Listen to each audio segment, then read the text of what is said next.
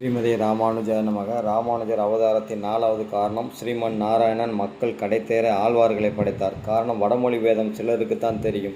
அதிலும் அர்த்தத்துடன் தெரிந்த நபர்கள் கொஞ்சம் பேர். ஆதலால் ஸ்ரீமன் நாராயணன் ஆழ்வார்களை அனுப்பி வைத்தார். பெருமாளை அடைய எளிய கருத்துக்களாக அனைவரும் புரியும்படி பாசுரங்கள் பாடி வைத்தார்கள்.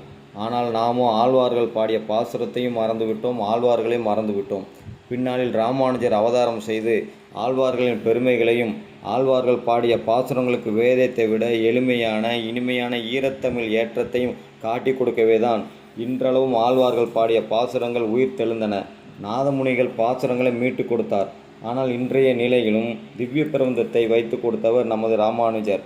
வேதம் படித்த யாரெல்லாம் சமஸ்கிருதம் சொல்கிறார்களோ அதே வேதம் படித்த அத்தியாபரர்கள் தமிழ் வேதத்தையும் ஓத வேண்டும் என்ற முறையை வைத்தார் ராமானுஜர்.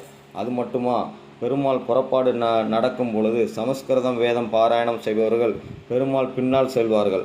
ஆனால் தமிழ் வேதமான ஆழ்வார்கள் பாடிய பாசுரத்தை பாடுபவர்கள் பெருமாள் முன்னால் செல்வார்கள்.